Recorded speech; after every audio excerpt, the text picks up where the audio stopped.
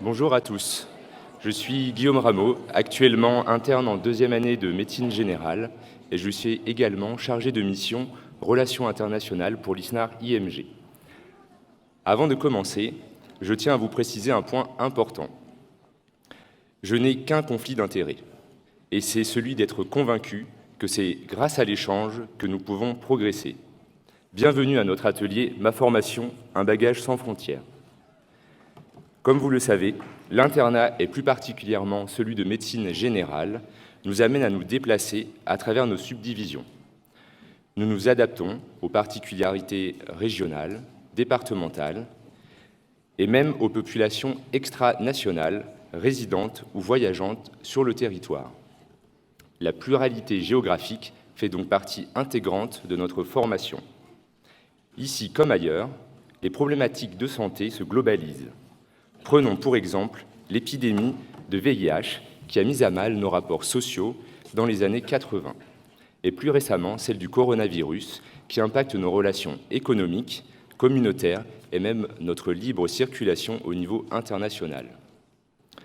Quoi de mieux pour faire face à ces nouveaux défis que l'échange et la mutualisation des solutions existantes au-delà de nos frontières.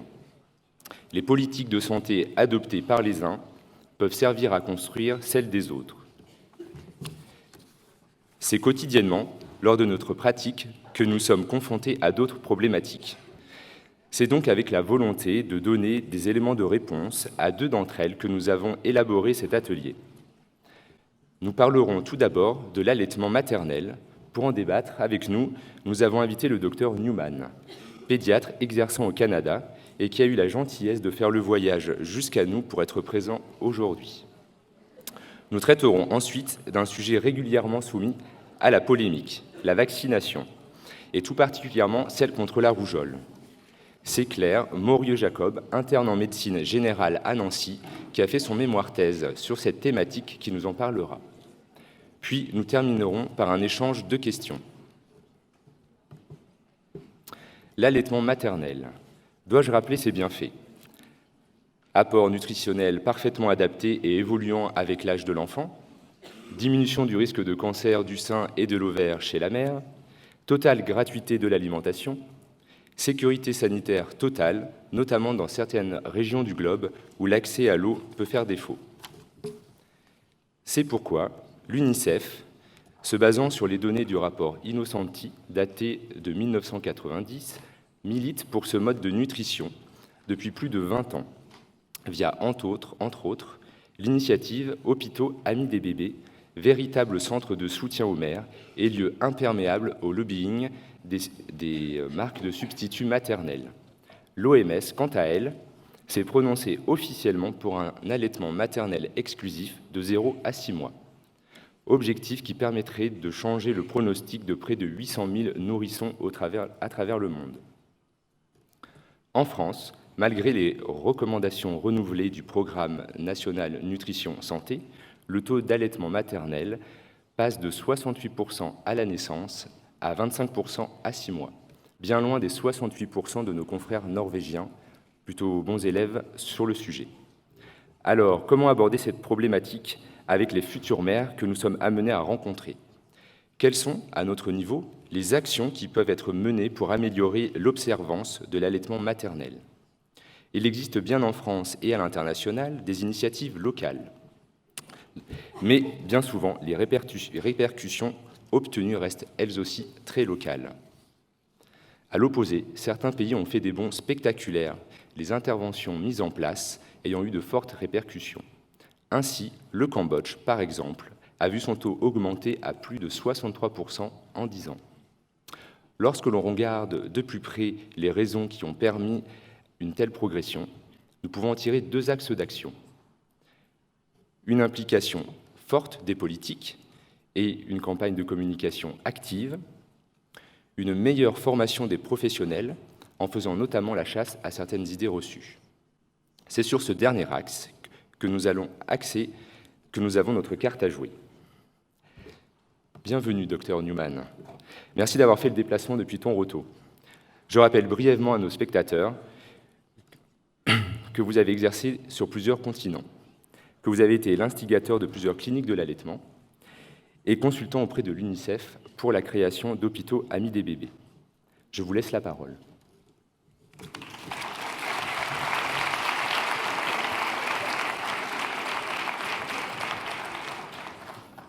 Merci Guillaume. Je ne vous vois pas parce que les lumières sont tellement fortes. Mais OK. Je vais vous parler de l'allaitement. Je n'ai pas beaucoup de temps. J'ai travaillé en allaitement dans plusieurs pays, y compris l'Afrique du Sud, les États-Unis, le Canada et la Nouvelle-Zélande. Bon, je vais vous dire qu'on m'a demandé de parler d'abord de comment l'allaitement, les idées autour de l'allaitement sont différentes en France qu'ailleurs. Bon, je ne sais pas, enfin, parce que c'est partout la même chose. Les mères n'allaitent pas. Et elles n'allaitent pas parce que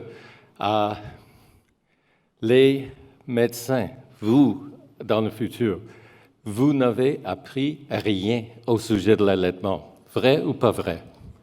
Exactement. Vous savez qu'est-ce que j'ai appris dans ma dernière année de médecine? Le lait maternel, c'est le meilleur parce que ça sort toujours à la bonne température et vient des contenants si jolis. C'était pas 2020.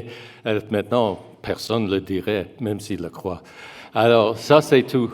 Et le reste de la lecture, le reste de la classe au sujet de l'allaitement, c'était maintenant, je vais vous parler des formules, des laits artificiels. Et c'est tout.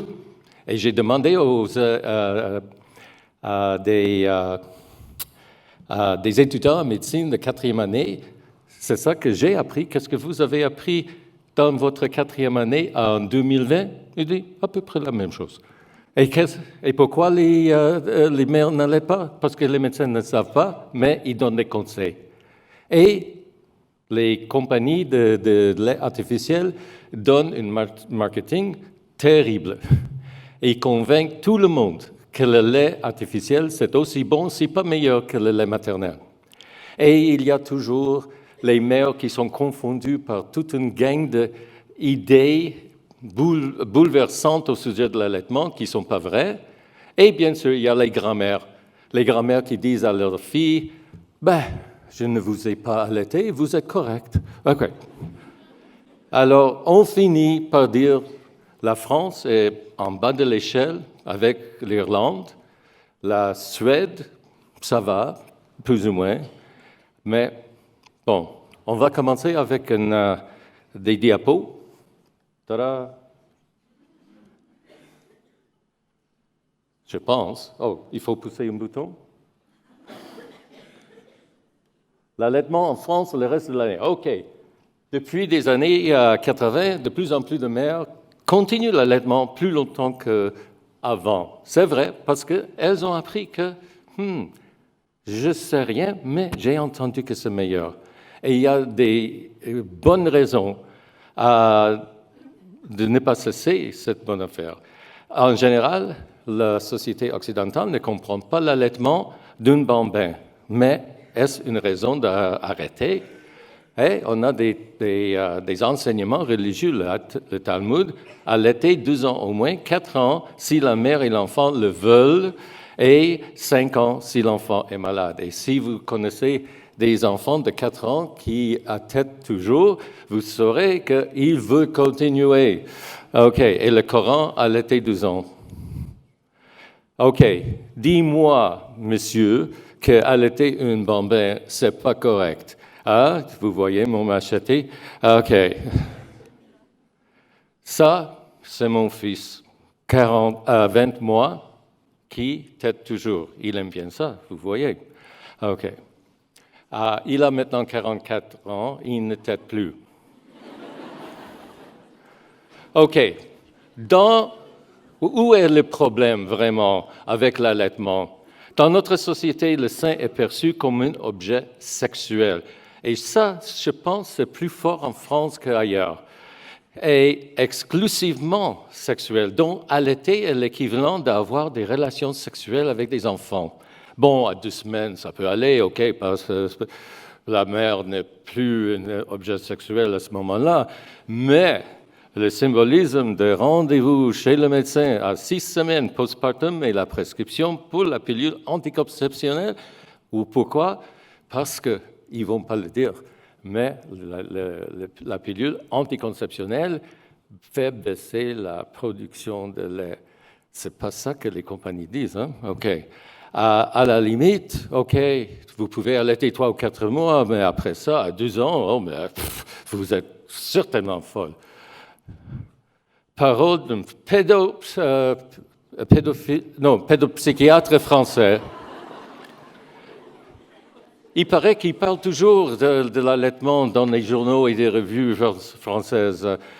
Le sein ne se partage pas. Prolonger l'allaitement au-delà de 7 mois est un véritable abus sexuel. Est-ce que c'est possible? Et il répète que ça, c'est vraiment ce qu'on dit au Québec, niaiseux. C'est presque niais, mais c'est niaiseux. OK. Quand un gosse touche les seins de sa mère, elle doit lui dire « Non, laisse-moi, ce sont mes jouets à nous, à ton papa et moi. Toi, tu as ta voiture. » Et des gens prennent cette personne en sérieux. Quelques mythes au sujet de l'allaitement. C'est normal d'avoir les mamelons douloureux quand on allaite son bébé. Non, c'est faux. Si la mère a des mamelons douloureux, il y a quelque chose qui ne va pas dans la prise du sein du bébé ou l'enseignement. Et l'enseignement est toujours mauvais. Les bébés allaités ne dorment pas. Bien sûr qu'ils dorment. La raison que beaucoup de bébés se réveillent plus souvent que les bébés nourris au lait artificiel, c'est parce qu'on n'enseigne pas bien l'allaitement. Oh, il y avait quelque chose d'autre là, mais ça n'a pas paru. OK, quelques articles sur notre site Internet. En haut, là, c'est tous les blogs en français. Il y a quelques exemples là. OK, maintenant, je vais vous montrer quelques vidéos dans le temps qui me reste. Je ne sais plus là, j'ai perdu le temps. En tout cas, ce bébé, le problème avec l'allaitement, du point de vue du médecin, c'est qu'on ne croit qu'à la pèse bébé. Le poids du bébé, c'est le plus important. Le bébé ne peut pas perdre plus que 10% de son poids de naissance dans les premiers jours. Ça, c'est ridicule. Et si vous avez des questions, je peux vous expliquer ça. Et les balances ne sont pas toujours égales. Alors, ce bébé, vous ne pouvez pas le lire, mais ce bébé pèse 3,51 kilos. Il a 3 semaines de vie. On a pris ce bébé, on l'a mis sur la prochaine balance et en 2 minutes, ce bébé a perdu 400 grammes. Et c'est pour ça qu'on ne peut pas se fier au pèse-bébé. Et il y a d'autres raisons. Presque toutes les mères donnent naissance avec une épidurale maintenant, oui. Et si elles ont une épidurale, elles ont aussi beaucoup de fluide intraveineux. Et ce fluide intraveineux, ça ne va pas seulement à la mère, ça va au bébé aussi. Alors, quand le bébé naît, il commence à uriner avant de naître, mais il urine, il fait sortir toute cette eau et il pèse du poids. Alors, même pour cette raison. Et il y a aussi une autre raison. Quand les mères ont tellement d'eau liquide pendant la naissance, elles ont les mamelons et les seins engorgés. Et le bébé a de la difficulté à prendre le sein. Donc, il ne boit pas bien, donc il peut perdre du poids. OK, ici, on a un bébé qui a 3 semaines. Pour montrer comment savoir qu'un bébé reçoit du lait de sa mère. Bon, vous regarderez la pose dans le menton du bébé. Quand vous voyez une pose comme ça, vous savez que le bébé recevait beaucoup de lait. Plus longue est la pose, plus le bébé aurait reçu. Facile? Facile. Est-ce qu'on peut jouer le vidéo, s'il vous plaît? Peut-être. Hein? Well, c'est sur notre site. Oh, ouais. Pause, pause, pause, pause, pause. Voilà, parfaitement. Il boit beaucoup. Je ne suis pas intéressé à son poids. OK, prochaine. Un bébé qui boit presque rien. Regardez bien ça pour s'en souvenir. OK, il faut voir tout. OK, ce bébé a 12 jours, regardez-le bien. Est-ce que vous voyez des pauses? Well, là, il ne tête pas du tout. Hein? Parce que beaucoup de gens, compris les médecins, pensent que le bébé a le sein dans la bouche, et il fait des mouvements de tête, dont il doit recevoir du lait. Ce qui n'est pas vrai. Ce qui vient de cette manque de connaissances, c'est donner 20 minutes chaque côté, de donner le 5 aux 3 heures, et toutes sortes de règlements qui n'ont pas de sens. OK, suivant.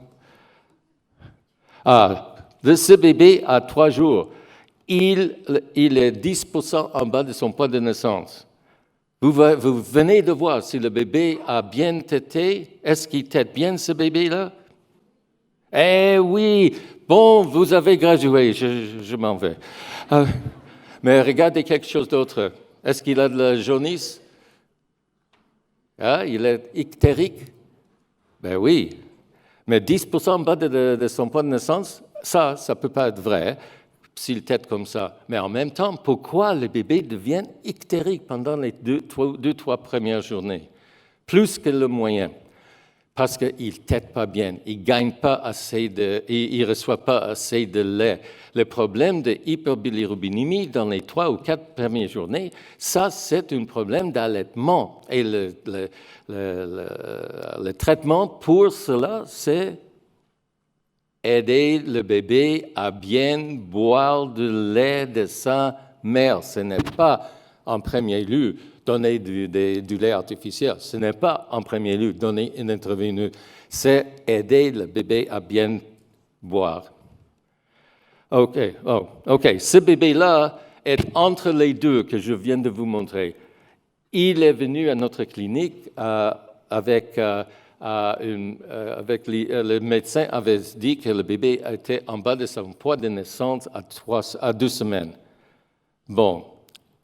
Il n'avait pas bien bu, mais il n'avait pas, je ne sais pas quel poids, c'était 2 pèses bébés différentes. OK, est-ce qu'il boit? Parfois il boit, parfois il ne boit pas. Ça, c'est quelque chose entre les deux que je vous ai montré tout à l'heure. Et qu'est-ce qu'on a fait? On a dit, en bas de poids de naissance, donner des biberons de lait artificiel? Non, on a aidé le bébé à prendre le sein mieux, avec une prise de sein asymétrique, comme vous voyez là. Vous apprendrez, si vous allez à notre site Internet, vous apprendrez qu'est-ce que c'est. OK, mais parfois il fait pause, parfois il fait tétouiller. Vous employez ce mot-là? Ouais. OK, tétouiller. Il tète, mais il ne boit pas. Okay? Alors, on a montré à la mère comment mettre le bébé au sein, comment savoir que le bébé prend bien du lait. Et puis, quand le bébé ne prend bien le lait, la maman fait la compression du sein pour comprimer le sein pour que le lait sorte encore mieux. Et puis, quand ça ne marche plus, changez de côté, faites la même chose. En 2 jours, il n'avait pas gagné de poids, mais il tétait beaucoup mieux. Dans 1 semaine, il a gagné 280 grammes sans aucun complément, sans aucun médicament. OK, suivant. OK, ce bébé a 2 jours, c'est moi qui fais la compression du sein, juste pour que le bébé boive. La mère n'avait pas compris tout à fait comment le faire. Alors là, il ne boit pas du tout, hein? C'est évident. Là, il va commencer à boire quand il goûte du lait. Alors, il goûte du lait, il va commencer à tétouiller, mais s'il ne boit pas, on fait la compression. Allez, voilà, OK. Alors, je comprime là, et vous voyez, la pause, il a bien bu. Pas de problème? OK. Suivant.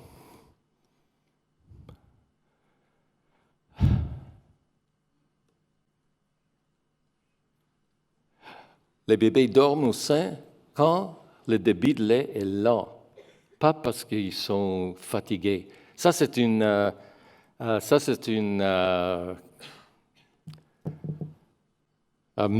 mythe de l'allaitement, que les bébés, l'allaitement, c'est fatigant pour le bébé. Non, pas du tout.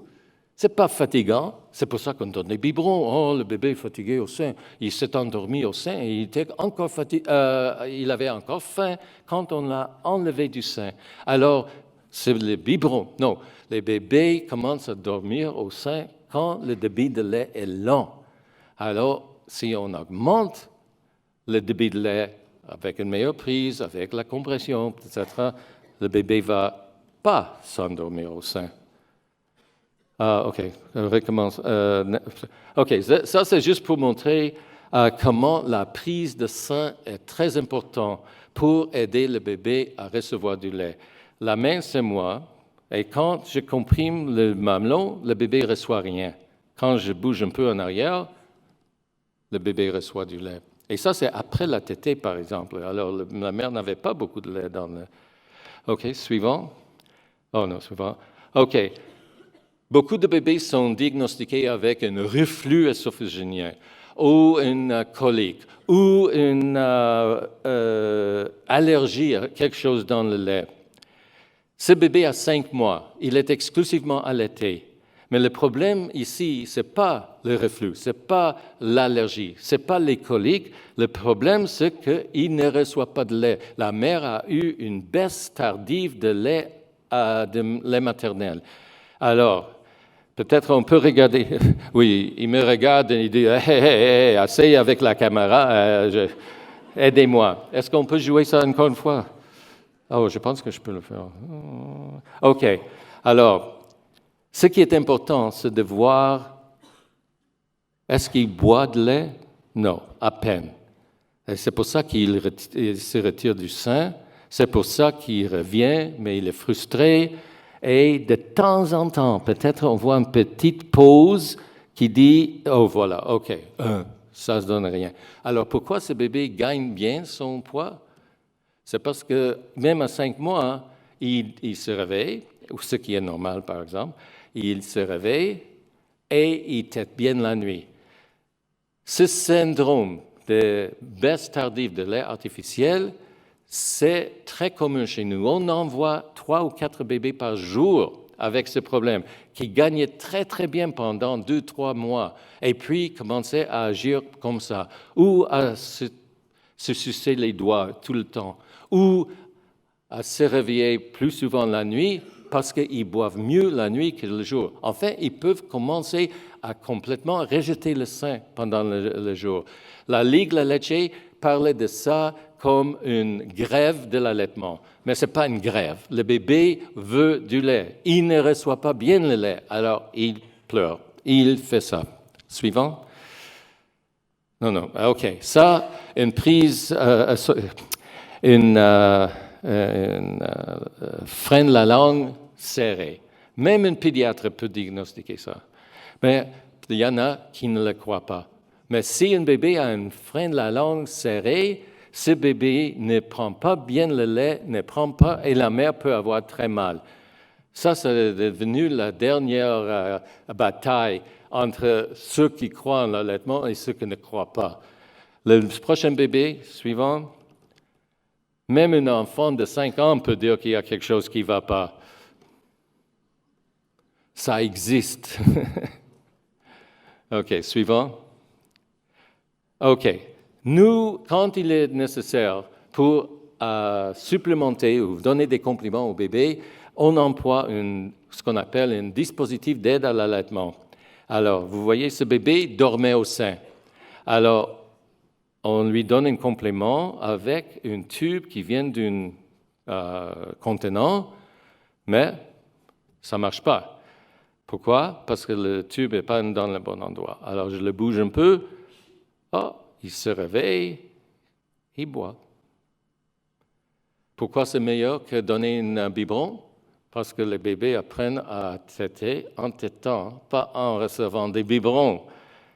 Et il y a des bébés qui vont arrêter de prendre le sein complètement après qu'ils commencent le biberon. Je pense qu'il faut continuer, c'est assez long cette vidéo.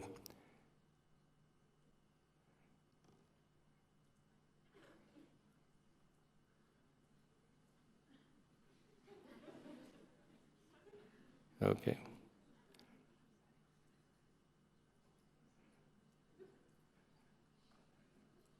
OK. Aux États-Unis, ils croient que, et ils ont partagé ça avec tout le monde, que les bébés de 36 semaines sont pré-terme et donc ne savent pas comment téter. Ce bébé vient de naître. On l'a mis sur le ventre de sa mère. Il a bougé, il a grimpé jusqu'au sein de la mère et il a pris le sein tout seul, sans aide. Et est-ce qu'il tète? Est-ce qu'il boit de lait? Regardez bien son menton. Oui, il boit très bien. Il a seulement 2,6 kg. Est-ce que vous pouvez voir si plus ou moins? Je vous passe ces vidéos. Donnez-nous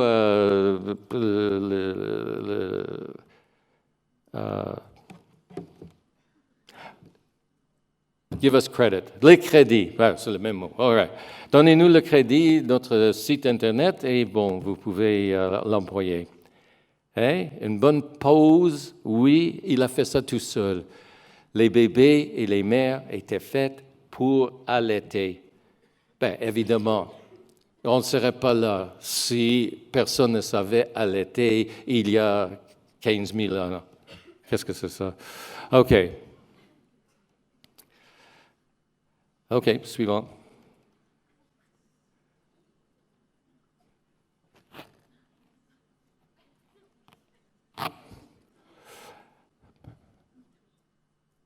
Ah, OK. Ce bébé a 29 semaines, 4 jours de vie, il est au sein, il prend du lait, mais aussi on le donne un peu extra avec le dispositif d'aide à l'allaitement. Vous demanderez à vos néonatologistes, est-ce qu'un bébé de 29 semaines peut téter, peut prendre le sein? Ils vont dire non. Et je vous donne ça. OK, suivant. Ce bébé a 27 semaines de gestation. On l'a mis au sein. Il n'a pas grimpé jusqu'au sein. Mais si vous regardez bien, vous pouvez voir la pose qui vous dit « Je viens de prendre du lait ». Hein? Un néonatologiste aura une crise d'épilepsie à voir ça, parce qu'il ne le croit pas. Suivant. OK, ce bébé a 1 jour, 24 heures de vie. Est-ce qu'un bébé peut boire? Est-ce qu'il y a du lait pendant la première journée? Oui, regardez, est-ce qu'il boit? Oui. Pas la meilleure prise de sein possible, mais il boit. Et c'est ça qu'il faut dire. Il ne faut pas dire aux mères, comme on dit souvent au Canada, « Oh, il n'y a pas de lait pendant les 3 premiers jours. » Il y a du lait pendant les premiers jours.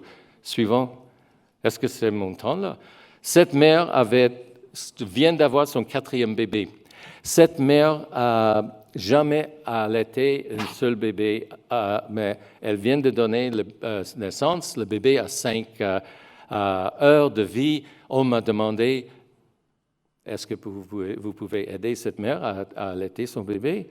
J'ai dit, OK, suivant. Oh, on a sauté quelque chose là. OK. Pas d'importance. Je l'ai fait boire, ce bébé-là, juste en ajoutant la prise du sein. Ce bébé, on dit aux mères, « Oh, vous avez des maladies, vous ne pouvez pas allaiter. Oh, votre bébé a une maladie, il ne peut pas allaiter. » Ce bébé n'a pas lu le livre. Il a une hydrocéphalie, comme vous voyez, et clic. Hello. OK. Est-ce qu'il boit? Ouais, oui, vous voyez la pose? OK. Suivant. Ce bébé a 2 fentes palatines bilatérales. On dit aux mères à Toronto que c'était impossible pour un bébé avec une fente palatine de prendre le sein. Ce bébé n'a pas lu non plus. Il y a 1 an et demi, j'ai entendu qu'il avait 2 ans qu'il buvait toujours du sein. On ne va pas l'envoyer au pédopsychiatre là. Suivante, je pense qu'il y a juste une photo qu'il y a. OK, c'est ça. C'est comme ça qu'on apprend à allaiter, en commençant jeune, en voyant les adultes, les mères allaiter. Et c'est ça le problème. Parce que je suis au courant que les femmes sur la Côte d'Azur, sur la plage, marchent partout en montrant leur sein. Mais s'il y a une mère qui allaite, oh, c'est dégueulasse. J'arrête là.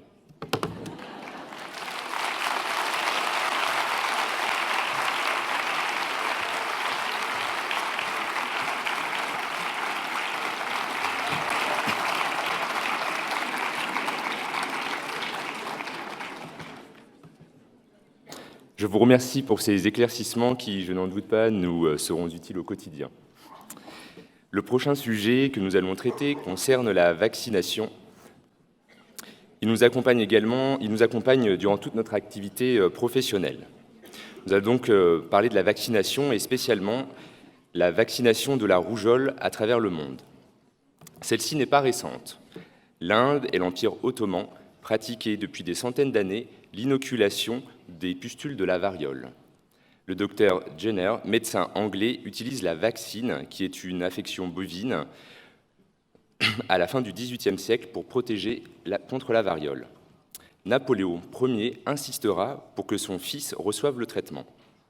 Et victoire, c'est en 1980 que l'OMS, l'Organisation mondiale contre la santé, annonce l'éradication de la variole. Louis Pasteur poursuit le développement de la vaccination, utilisant les micro-organismes ou leurs fragments inactivés. Le délai entre la découverte d'une infection ou sa saisie par les pouvoirs publics et la production d'un vaccin ne cesse de diminuer. Le virus Ebola en est un parfait exemple. Et aujourd'hui, c'est dans un effort commun que toute la recherche internationale s'attelle à trouver une réponse vaccinale à la menace du coronavirus. L'Open Science est là, gratuite, opérationnelle. Mais à quoi sert tout cela si le moyen de lutter contre ces affections est rejeté par une partie de la population? Parlons du virus de la rougeole.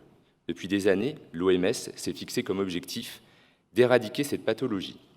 Malheureusement, après plusieurs années de décroissance, on assiste à une recrudescence de celle-ci depuis 2016. Cette année, le Congo est atteint par une épidémie sans précédent, tuant plus de 6 000 personnes en 1 an. En France aussi, on assiste depuis quelques années à une résurgence du virus, alors même que l'éradication est accessible à faible coût. Nos compatriotes l'emportent même durant leurs vacances dans des pays qui avaient réussi à l'éradiquer, comme le Costa Rica. C'est pourquoi la France a rendu obligatoire la vaccination pour l'entrée en crèche, en garderie et en collectivité. L'État a donc fait le choix de la méthode contraignante. D'autres pays appliquent des méthodes similaires, d'autres encore des moyens moins radicaux. Nous allons maintenant accueillir Claire Jacob, qui, grâce à son travail de thèse, dresse un tour d'horizon des différentes méthodes utilisées à travers le globe pour faire augmenter la couverture vaccinale. Son travail est en cours de publication. Afin de protéger ces données et de respecter son travail, je vous demanderai de ne pas prendre en photo sa présentation. Bonjour à toi, Claire. Bienvenue parmi nous. La parole est à toi.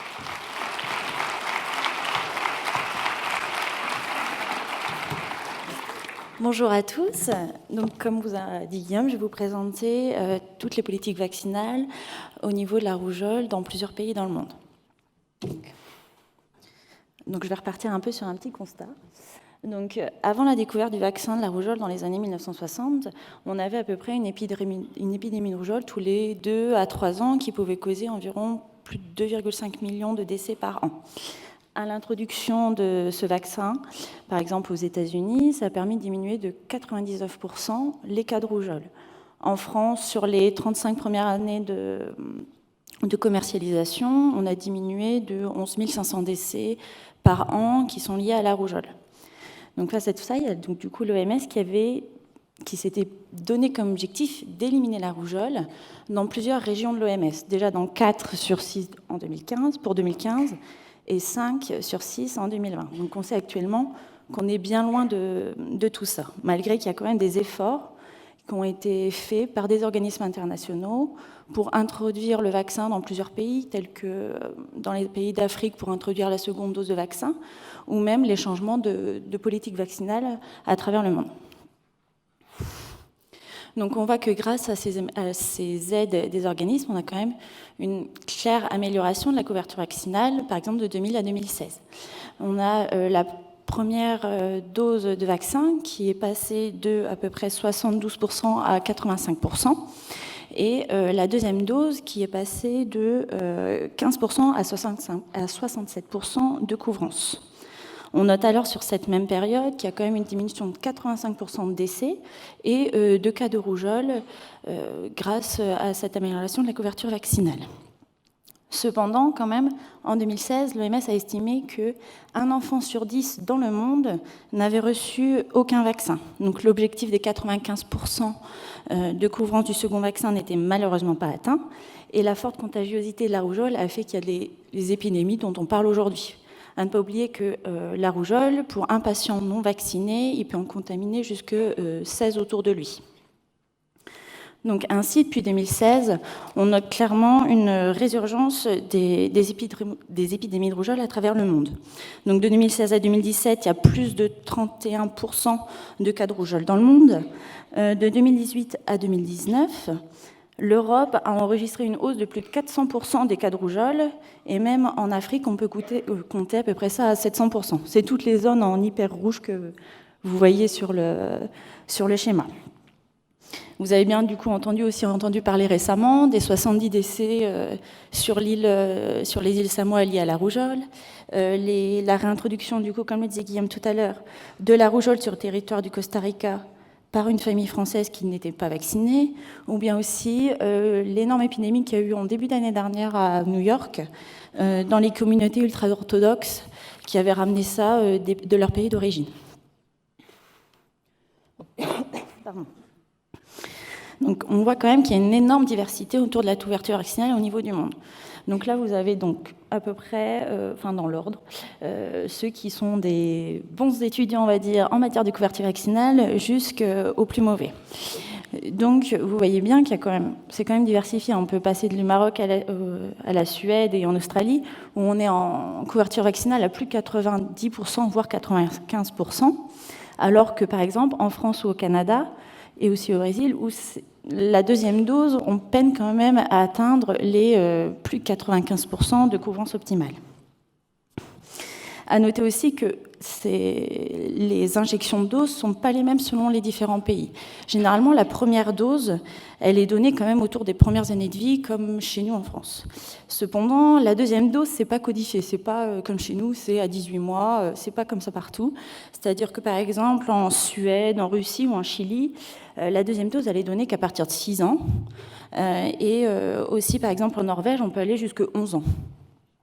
Donc, l'âge de la deuxième dose n'est pas forcément lié à une meilleure couverture vaccinale, mais c'est surtout la présence d'une deuxième dose qui conforte l'intérêt du vaccin pour diminuer les cas de rougeole. Les difficultés de certains pays à atteindre une couverture vaccinale optimale est surtout aussi liée à l'hésitation vaccinale. Donc ça, c'était une étude qui était faite en 2016, en fait, qui étudiait l'hésitation vaccinale à travers le monde. En gros, c'était est-ce que vous pensez que les vaccins sont sûrs ou non ? La France est quand même le plus mauvais élève là-dessus. On est à 41% de Français qui pensent que les vaccins ne sont pas sûrs. Donc quand on compte dans l'hésitation vaccinale, ça prend en compte quand même plusieurs domaines. Et pour le calculer, c'est surtout tout ce qui est rapport bénéfice-risque. Donc la rougeole, il y a eu beaucoup les histoires liées à la rougeole par l'affaire Wakefield dans les années 90. Il Il y a aussi la confiance qui est remise sans cesse en question par les anti-vax, ou aussi la confiance envers les entreprises pharmaceutiques qui est de plus en plus remis en doute généralement. Et la transmission d'informations dans l'ensemble de ces pays, un défaut de transmission d'informations augmente aussi l'hésitation vaccinale. Donc face à cette méfiance ambiante, on doit quand même trouver des solutions pour améliorer la couverture vaccinale. Donc malgré qu'il y a quand même des politiques qui sont insuffisantes, et alors que d'autres sont optimales. Donc on va essayer de trouver des moyens pour essayer d'améliorer tout ça. Donc en premier, on va parler de tout ce qui est autour de la méthode vaccinale. Donc l'accessibilité au vaccin est différente selon les pays. On a quand même une majorité des pays à haute couverture vaccinale qui proposent le vaccin directement chez le médecin généraliste. Nous, c'est pas très bien codifié, on a nos petits stocks personnels, mais c'est pas fait de manière officielle. Alors que dans des pays comme au Danemark, en Australie ou en Allemagne, le vaccin, il n'y a que le médecin généraliste qui a le vaccin. Il n'y a pas besoin de passer par le pharmacien. Il a forcément son stock, même c'est le médecin qui commande les vaccins pour les recevoir chez lui. Donc, on a à peu près 63% des pays à haute couverture vaccinale qui proposent ce vaccin chez le médecin généraliste. Dans les autres méthodes vaccinales qui avaient de l'importance, c'est la vaccination pratiquée par les personnes qui ne sont pas des médecins. Donc, dans 88% des pays à haute couverture vaccinale, le vaccin pouvait être fait par des infirmières, par des pharmaciens, ou même par des personnes qui n'avaient pas forcément une formation initialement sanitaire. En fait, ça peut être un peu du tout venant, et ils ont une formation secondaire pour avoir le droit de vacciner. Donc ça, c'est énormément proposé dans les pays. En fait, vous pouvez, comme je vous ai mis, là, en Chine, au Maroc, en Australie, en Serbie, autres que les médecins peuvent le faire. En France, ça a commencé à être mis en place avec la grippe. Bon, malgré que parfois on se dit bon, le pharmacien, c'est pas trop sa place là-dedans, mais quand même, ça permet de réduire le circuit de soins et d'améliorer une accessibilité pour les patients. La dernière chose qui était énormément proposée et qui apparemment est quelque chose à développer pour améliorer la couverture vaccinale, c'est la proposition de la vaccination à l'école. Ça, c'est énormément développé dans les pays tels que la Norvège, la Slovénie ou l'Australie. On propose de vacciner à l'école, mais aussi tout simplement de surveiller le calendrier vaccinal à l'école. Par exemple, en Chine, c'est devenu obligatoire de présenter son carnet de vaccination à la rentrée à l'école. Si l'enfant n'est pas à jour dans sa vaccination, les parents ou les professionnels de santé sont mis au courant pour essayer de rétablir le calendrier vaccinal chez cet enfant. N'empêche que l'enfant n'est pas forcément exclu de l'école, c'est juste pour une vérification. Donc ça, par exemple, c'est proposé en Chine, en Honduras ou en Brésil. La surveillance vaccinale aussi se fait, par exemple au Danemark, par des rappels vaccinaux. Ça, c'est une démarche qui a été mise en place il y a quelques années déjà au Danemark, où les parents reçoivent à peu près un mois avant leur date anniversaire un mail ou une lettre pour rappeler que leur enfant doit se faire vacciner à peu près dans un mois. Et ça a permis quand même d'améliorer de plus de 5% la couverture vaccinale auprès de la population. Après, pour inciter à la surveillance vaccinale, il y a des pays comme en Angleterre où si le médecin arrive à avoir l'ensemble si le médecin arrive à bien suivre les enfants et qu'ils sont à jour dans leur couverture vaccinale, dans leur vaccination, le médecin va recevoir jusque 5 livres par enfant parce qu'il a suivi le calendrier vaccinal. Dans un autre sens, en Bulgarie, c'est le cas opposé. C'est-à-dire que si un médecin ne suit pas les recommandations vaccinales, il peut être pénalisé par des amendes financières ou bien même administratives. La surveillance vaccinale est aussi renforcée par la mise en place d'énormément de campagnes de vaccination. On sait bien que la rougeole, en ce moment, elle passe d'une frontière à une autre et que ça a quand même développé les cas de rougeole dans les pays voisins. Il y a eu des campagnes qui ont été faites, par exemple, en Argentine l'année dernière, ou non, c'était en Équateur. En Équateur l'année dernière, où à la frontière, on vaccinait tous les enfants qui n'étaient pas à jour. Donc en un mois, ça a permis de vacciner plus de 3000 enfants, ce qui n'est quand même pas anodin sur un mois. Tout ce qui est campagne de vaccination aussi, au porte-à-porte ou avec des centres mobiles de vaccination, c'est beaucoup développé aux États-Unis ou dans l'Amérique pour atteindre les populations les plus reculées qui ne sont pas forcément, qui sont loin des centres médicaux. Du coup, les centres médicaux vont à eux. L'éducation à la santé est une partie importante quand même pour atteindre ces populations qui peuvent être hésitantes. Donc il y a énormément de formations qui sont développées, que ce soit pour les soignants et pour les soignés, pour les aider à comprendre un peu qu'est-ce que c'est cette vaccination, quel est l'intérêt de la vaccination. Ça a été développé au Canada, par exemple. Au Canada, en Ontario plus précisément, les parents qui refusent de faire vacciner leur enfant sont obligés de suivre une formation sur la vaccination. En Nouvelle-Zélande, il y a des e-learning qui ont été mis en place pour justement essayer de répondre aux questions des soignants et des soignés et essayer de trouver des solutions pour répondre aux patients où on ne sait pas trop comment faire, quoi.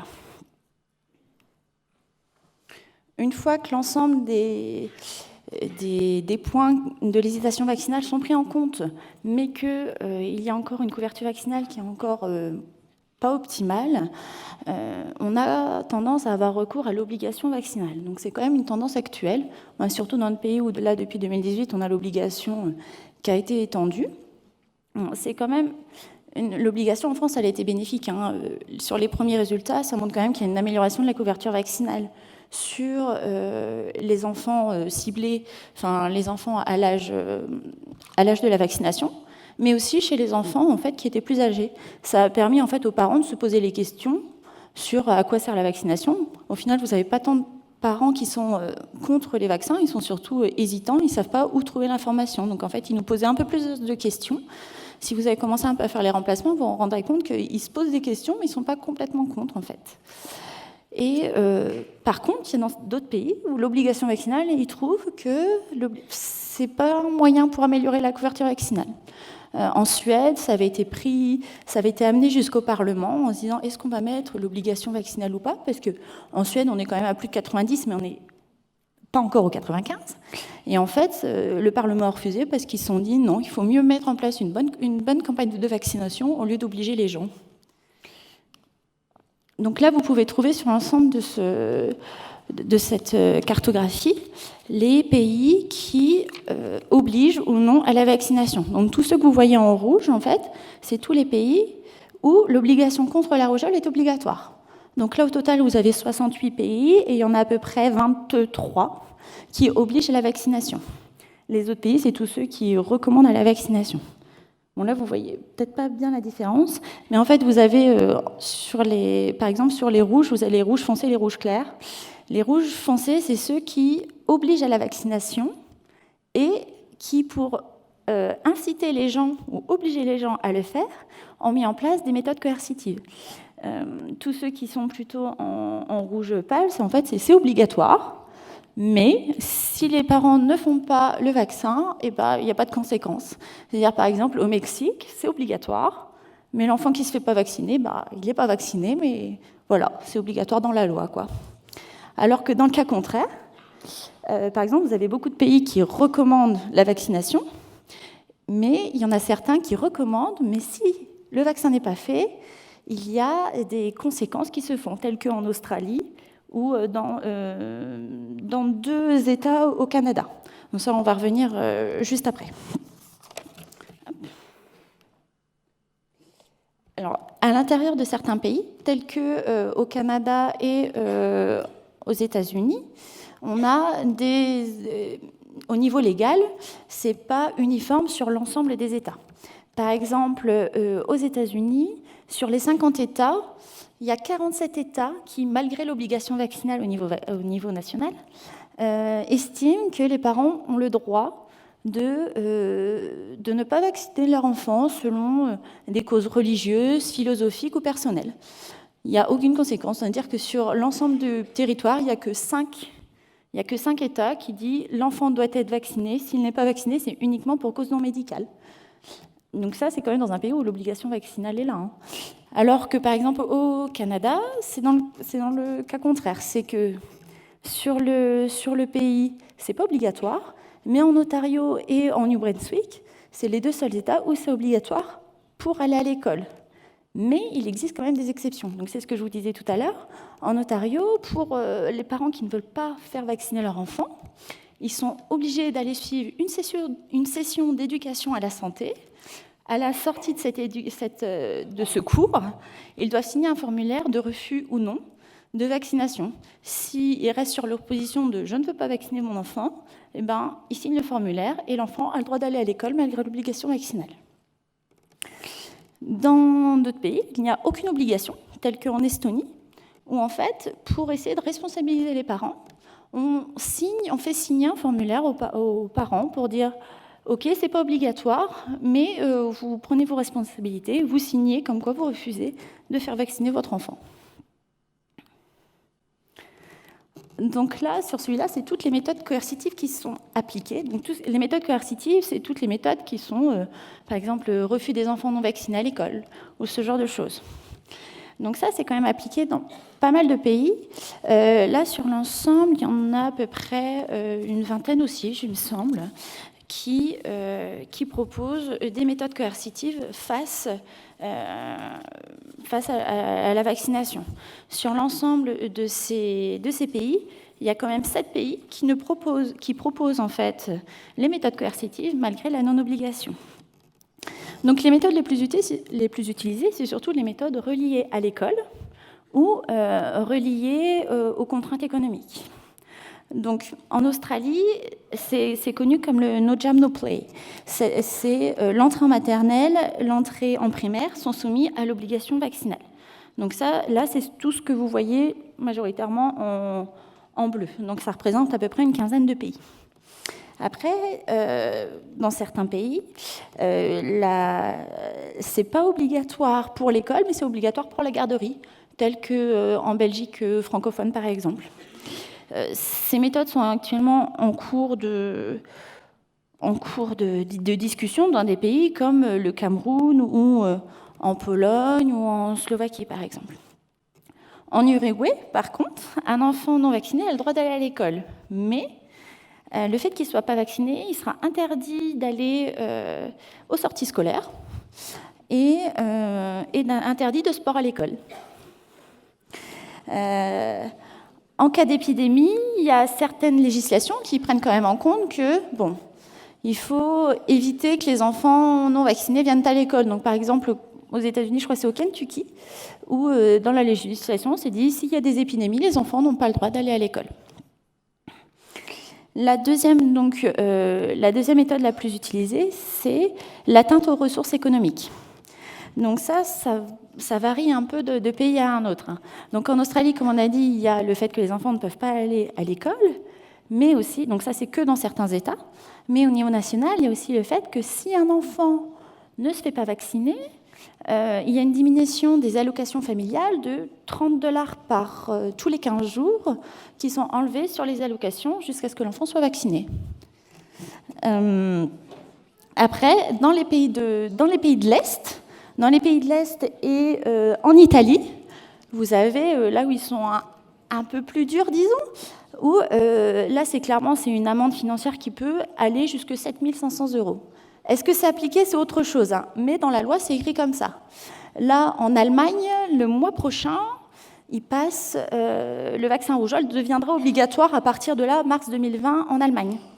Et ils vont aussi utiliser cette méthode de si on ne fait pas vacciner, on peut vous mettre une amende de 7 500 €. Bon, c'est quand même pas anodin pour une simple vaccination, quoi.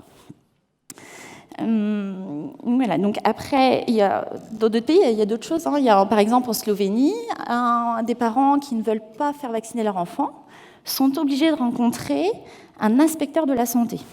Si, suite à ce rendez-vous, ils restent sur leur position, c'est-à-dire de ne pas vacciner leur enfant, les parents devront payer 500 €. S'ils ne se présentent pas à ce rendez-vous obligatoire, ils devront payer 200 € supplémentaires. Donc ça, jusqu'à ce qu'ils se présentent au rendez-vous, quoi. Il y a des méthodes un peu plus extravagantes qui ont été mises en place en 2018 en Argentine, où en fait, quelqu'un qui n'est pas vacciné, qui ne suit pas les obligations vaccinales, il ne pourra pas renouveler son permis de conduire, il ne pourra pas renouveler son passeport, sa carte d'identité, avoir un certificat de mariage, tout simplement. On n'a pas encore assez de recul si c'est encore vraiment appliqué, hein. C'est des mesures récentes qui ont été mises en place, mais bon, à voir un petit peu. Après, dans les pays d'Amérique, c'est un cas un peu particulier, hein. Ils ont eu quand même... il y a eu beaucoup le Brésil et l'Équateur qui ont eu des flambées de rougeole ces dernières années. Surtout en ce moment au Brésil, où ils sont en train de faire des énormes campagnes de vaccination et des campagnes d'information via les réseaux sociaux, tout ça. Mais à savoir que quand même, en 2016, donc ça fait à peine 3 ans, enfin un peu plus de 3 ans, toutes les Amériques étaient étiquetées par l'OMS comme étant exemptes de rougeole épidémique. Donc en fait, en l'espace de 2 ans, ça a réintroduit les épidémies de rougeole. Donc c'est quand même des pays qui ont connu en fait cette période de on n'a pas la rougeole, on a un peu moins peur de ça, mais ils savent comment réagir parce qu'ils savent que le fait qu'il n'ait plus de rougeole, qu'ils ont moins de décès ou moins de complications liées à tout ça. Donc vous voyez bien qu'en fait, il y a quand même des diversités en fait, au niveau des politiques vaccinales. Il y en a, ça va du tout au tout. Il n'y a pas de politique idéale, il n'y a pas de méthode miracle. En fait, il faut vraiment prendre en compte tous les freins liés à chaque société, tout simplement. Après, il y a quand même des efforts qui sont faits pour atteindre les différents pays, que ce soit les pays développés ou les pays en voie de développement. Pour les pays en voie de développement, pour essayer d'améliorer la couverture vaccinale, donc au-delà de l'introduction du vaccin de la deuxième dose de vaccin dans leur calendrier vaccinal, il y avait aussi un problème de sûreté lié aux piqûres, par exemple. Donc en fait, il y a des vaccins à type de patch qui sont en cours de développement dans des pays. En fait, c'est des patchs avec des micro-aiguilles qui sont mis directement au niveau de la peau et qui semblent apparemment fonctionner. Donc ça permet quand même dans ces pays où le niveau sanitaire est plutôt bas, d'avoir quand même de faire des vaccins dans des conditions plutôt propres, on va dire. Donc tout ça aussi va être aussi... une bonne politique vaccinale, on va avoir un peu du mal à la calculer, on va dire, aujourd'hui, parce qu'en fait... les couvertures vaccinales ne sont pas calculées de la même manière selon les différents pays. En France, ça va être lié au remboursement lié à la rougeole, enfin au vaccin en rougeole. Dans d'autres pays, ça va être plus sur les déclarations faites aux médecins. Donc en fait, il n'y a pas vraiment de gold standard pour calculer la couverture vaccinale. Et on sait qu'en fait, in fine, ce n'est pas la couverture vaccinale qui va nous dire « ok, on est efficace », c'est le fait qu'on aura moins de cas de rougeole dans les pays. Après, on peut aussi un petit peu parler, par exemple, au niveau de l'HPV. C'est un peu hors propos, mais on est sur la fin là. L'HPV, on voit quand même que sur les différentes couvertures vaccinales, que l'introduction du vaccin dans les calendriers vaccinales, par exemple en Australie, ça a quand même bien diminué le nombre de cas de d'HPV en fait. Et là, vous allez être confronté ces prochains mois au fait que il y a l'extension du coup du calendrier vaccinal pour l'HPV pour les enfants de 11-13 ans. Donc là, vous allez avoir beaucoup de gens qui vont vous poser plein de questions sur pourquoi maintenant, mais on m'a dit que c'était le cancer de l'utérus et tout. Donc vous pouvez très simplement donner des exemples en fait sur comment les politiques vaccinales sont données à l'étranger pour appuyer vos propos sur c'est efficace, c'est déjà été fait, c'est pas nouveau. Les gens, ça les rassure quand on leur dit c'est vraiment pas nouveau. Ils disent il y a quand même un recul. En Australie, ils n'ont pas eu de cas graves liés à l'introduction du vaccin depuis je crois c'est 2007. Je crois que c'est recommandé chez les garçons en Australie. Ils n'ont pas eu de soucis. Donc vous pouvez quand même en regardant comment les politiques sont faites à l'étranger, vous pouvez quand même ça vous donne du poids face aux patients pour essayer pour grossir votre argumentaire, pour les convaincre et trouver les bonnes solutions pour améliorer cette couverture vaccinale et arriver enfin aux objectifs de l'OMS pour éradiquer la rougeole. Voilà.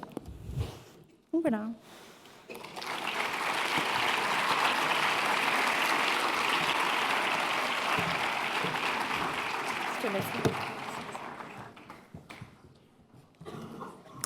Merci pour ton intervention. On comprend mieux au travers de tes données et de tes cartes que chaque pays réagit différemment à cette problématique. Nous allons maintenant passer à la séance de questions aux intervenants. La parole est maintenant à l'Assemblée.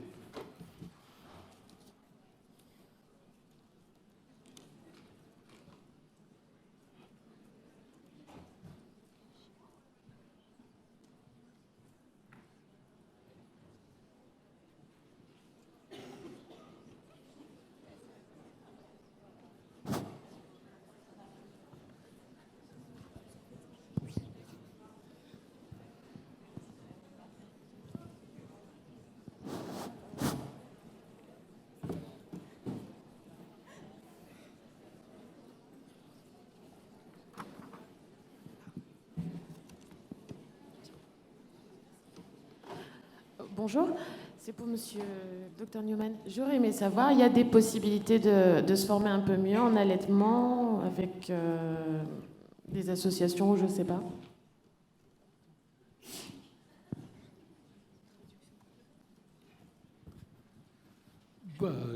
Il y en a, mais je pense que ça devrait être... Il y a la Ligue La Leche, il y a d'autres groupes comme ça qui aident les mères à apprendre sur l'allaitement, mais je pense que sont bénévoles et ça fait que leurs possibilités sont limitées.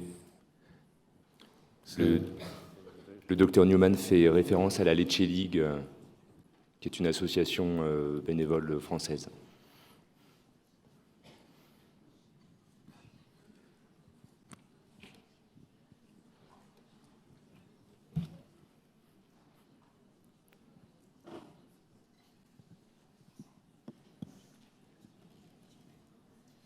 Bonjour, j'en profite. C'est quoi la référence pour le site avec toutes les vidéos pour l'allaitement que vous avez montré dans votre diaporama? Enfin, le site internet, on peut trouver tout ça. Vous trouverez sur le stand de l'ISNAR ING toutes les références bibliographiques pour toutes les interventions durant tout le congrès. Si vous avez des questions sur la bibliographie ou si vous voulez avoir accès à cette bibliographie, on met à votre disposition justement tous les documents et toutes les références nécessaires. Donc n'hésitez pas à venir sur le stand de l'ISNAR ING. Sur notre site internet aussi, il y a des vidéos, beaucoup plus que je vous ai montré, avec des textes, non seulement en anglais, mais aussi en français et 20 autres langues.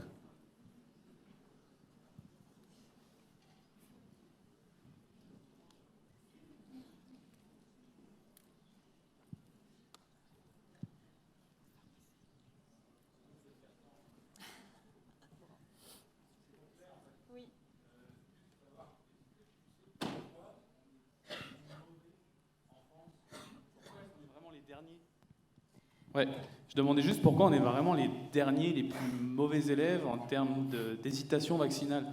Pourquoi il y a une telle méfiance en France, encore plus que dans les autres pays?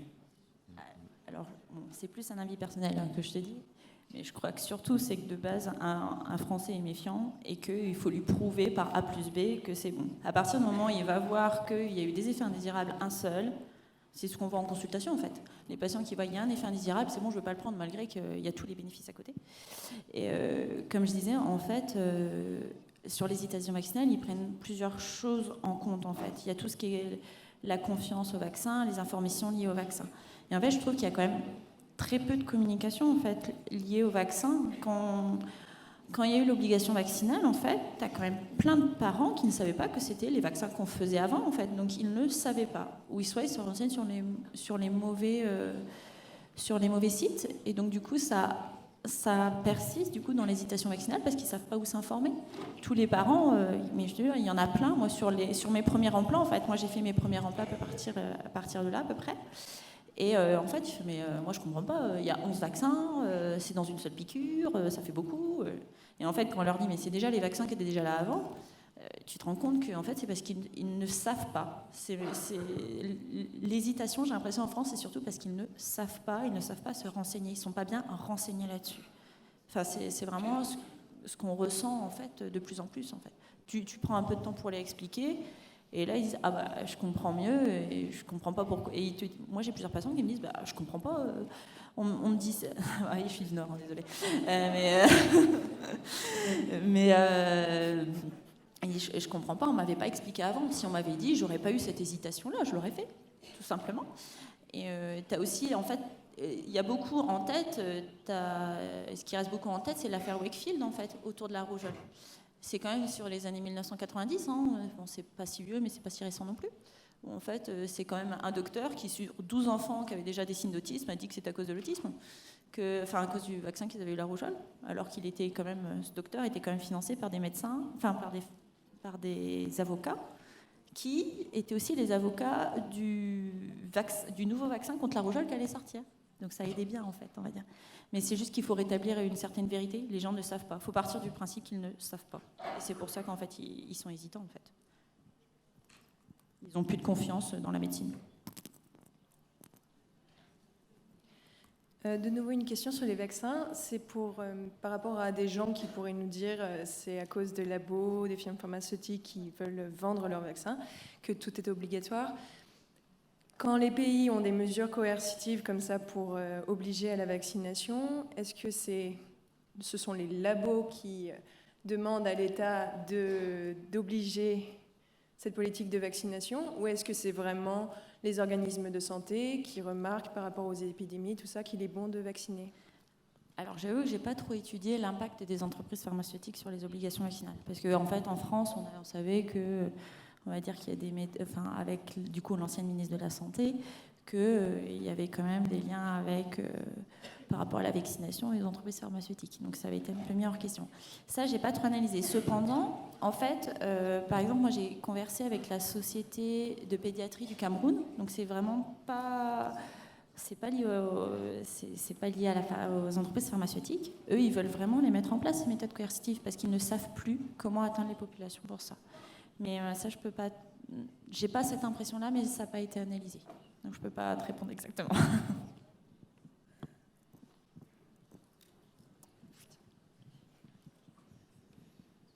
Très bien, nous allons passer à la dernière question. Oui, ma question aussi s'adresse aussi à Claire pour les vaccins. Je ne sais pas si tu sauras répondre, mais par exemple, tu citais l'exemple de l'Estonie, dans lequel les parents signent un papier si jamais ils refusent de faire le vaccin. Est-ce que dans ce genre de situation, tu sais, si l'État, les organismes de santé se désolidarisent en termes de prise en charge, si jamais l'enfant contractait quand même la rougeole en l'occurrence? En fait, là, c'est, comme en Estonie, comme tu dis, c'est une manière de responsabiliser les parents. Après, c'est pas obligatoire. Donc, c'est pas une manière de se décharger, c'est plus une manière de responsabiliser. Il n'y a pas du tout le lien entre les deux. Après, c'est vrai que nous, par exemple, on a quand même des parents qui sont anti-vax. Tu leur fais signer, au moins. Alors, on sait très bien que ça sert à rien, hein. C'est comme les sorties d'avis contre hospitalisation aux urgences, hein. Ils ne servent à rien. Mais bon, ça permet de responsabiliser les gens, parce qu'en fait, ils veulent mettre toute la responsabilité sur nous. Donc en fait, c'est nous qui prenons la décision pour eux. Mais si tu le mets dans l'autre sens, ils vont peut-être réfléchir à deux fois, à dire « Ah oui, mais en fait, peut-être que c'est utile ». Et il faut les responsabiliser. Maintenant, les gens, il faut dire, hein, c'est quand même des assistés, donc il faut qu'ils se responsabilisent un petit peu, quoi. C'est vrai, hein. Eh bien, merci à tous pour ces échanges. Nous allons clore cet atelier qui, grâce à nos voisins, nous aura permis de prendre conscience qu'il existe une piste d'approche.